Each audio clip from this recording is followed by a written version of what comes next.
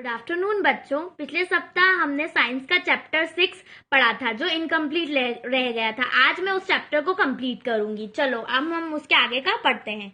Uses of air. Air के इस्तेमाल मतलब हवा के uses. Air can move things. हवा से चीजें मूव करती है मतलब हिलती डुलती हैं, चलती हैं। Moving air is called wind. जब हवा चलती है तो उसे क्या कहते हैं? विंड।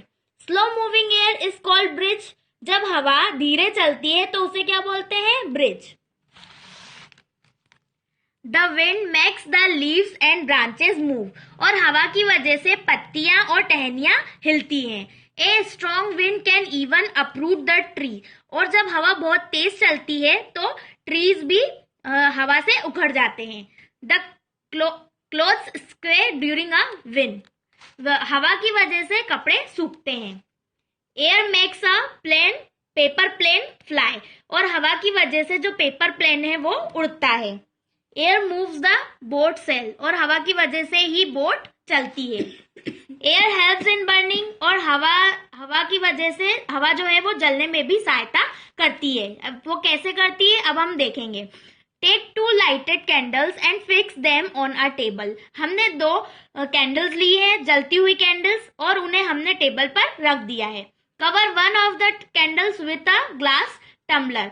और एक कैंडल को हमने ग्लास से ढक दिया है। After some time we see that the candle covered by glass stops burning. Why? हमने कुछ समय बाद ये देखा कि जो इस कैंडल को हमने ग्लास से ढका हुआ था वो कैंडल बुझ गई। ऐसा क्यों हुआ? Air supply is cut off by the glass. जो ग्लास ढकने की वजह से हवा उस कैंडल को नहीं मिल पाई और वो कैंडल बुझ गई। When all the air of glass is used up for burning, the candle blows out. जितनी हवा उस ग्लास के अंदर थी वो जब पूरी हवा यूज हो गई जलने में, उसके बाद वो कैंडल बुझ गई। Living things need air to breathe. और जो जीवित चीजें होती है उन्हें सांस लेने के लिए हवा की जरूरत होती है। Keep 2 plants in the pots in 2 different jars. हमने 2 प्लांट्स लिए हैं पोट में और उन दोनों प्लांट्स को हमने 2 अलग अलग जार में रखा हुआ है। 2 अलग अलग जार में हमने 2 प्लांट्स को रखा हुआ है। Close the lid of 1 jar. और एक जार जो है उसे हमने ढक दिया है। After some days we will notice that the plant without lid is growing well. हमने कुछ दिनों बाद ये देखा कि जिस प्लांट को हमने नहीं ढका था वो अच्छे से ग्रोथ कर रहा था।